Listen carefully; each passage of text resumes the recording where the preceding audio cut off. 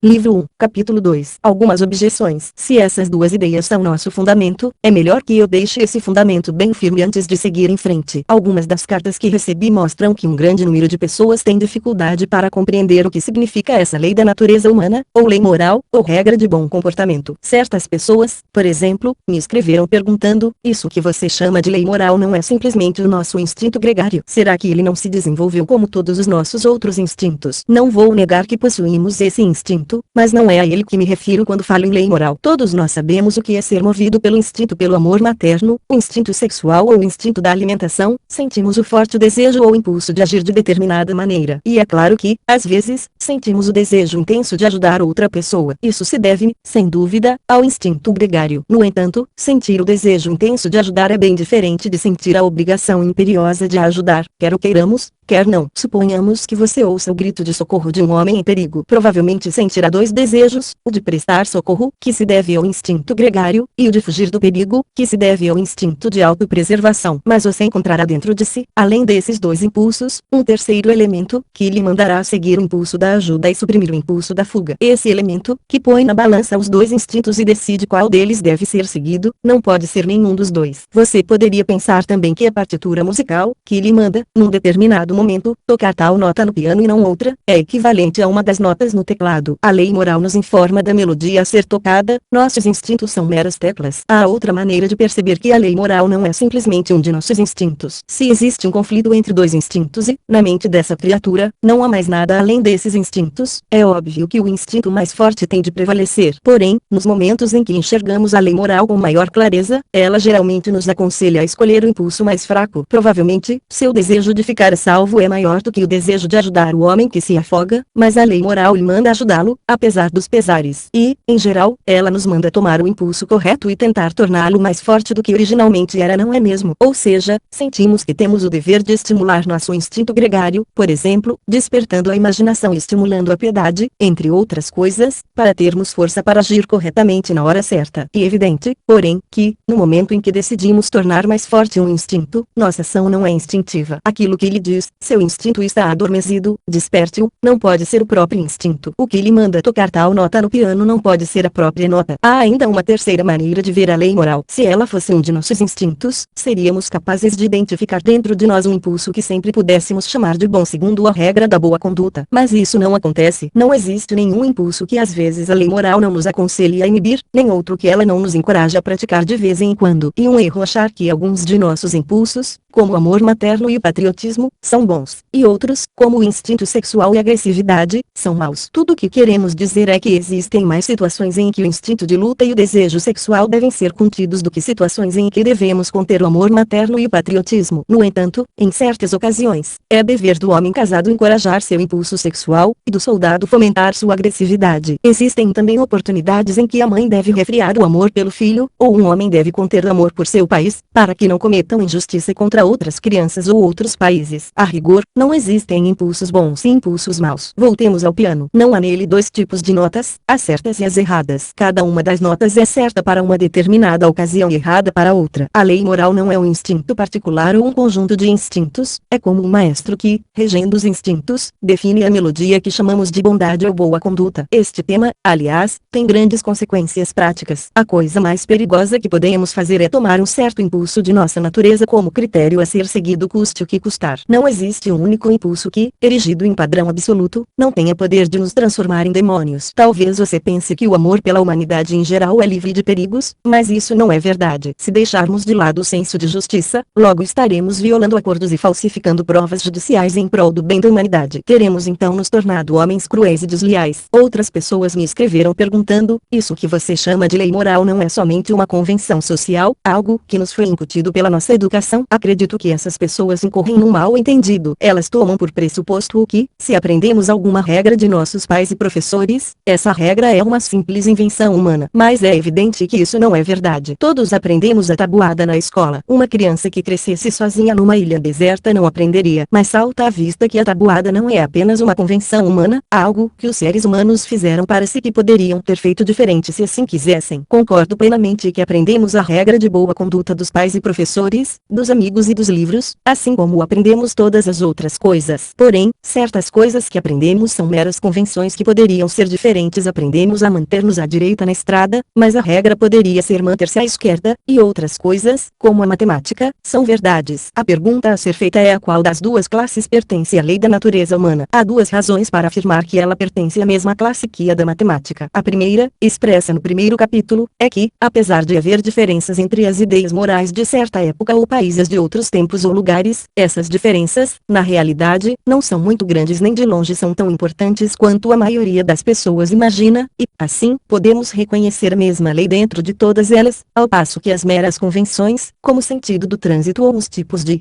vestimenta, diferem largamente. A segunda razão é a seguinte: quando você considera as diferenças morais entre um povo e outro, não pensa que a moral de um dos dois é sempre melhor ou pior que a do outro. Será que as mudanças que se constatam entre elas não foram mudanças para melhor? Caso a resposta seja negativa, então está claro que nunca houve um progresso moral. O progresso não significa apenas uma mudança, mas uma mudança para melhor. Se um conjunto de ideias morais não fosse melhor do que outro, não haveria sentido em preferir a moral civilizada à moral bárbara, ou a moral cristã à moral nazista.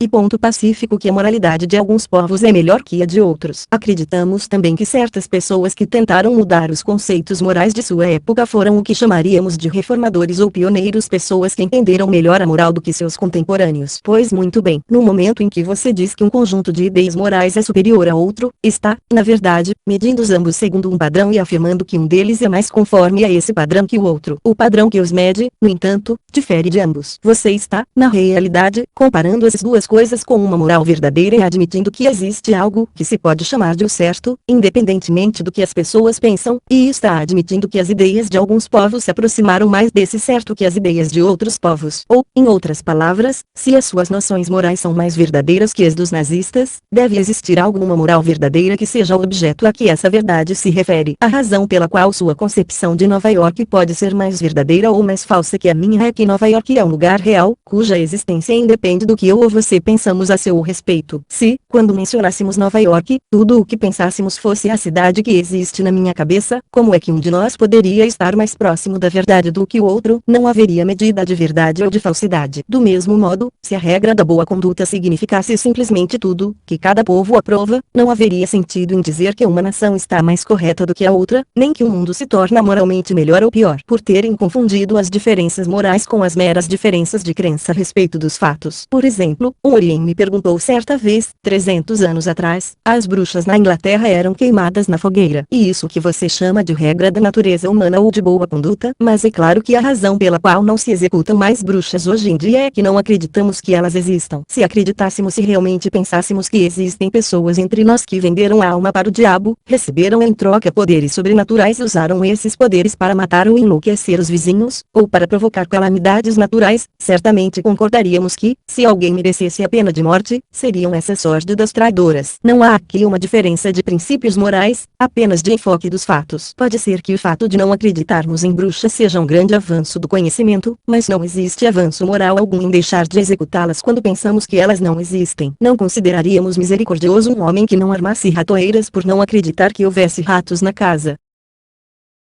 O canal Livro Falado tem o propósito de oferecer boa literatura em forma de áudio aos deficientes visuais. Ajude este projeto se inscrevendo no canal, curtindo o vídeo e compartilhando com os seus amigos. Caso esteja gostando do livro, você pode adquiri-lo pelo link na descrição. Comprando pelo nosso link você ajuda o canal com uma pequena comissão sem que nada seja acrescentado ao valor da sua compra. Muito obrigado e nos vemos no próximo capítulo.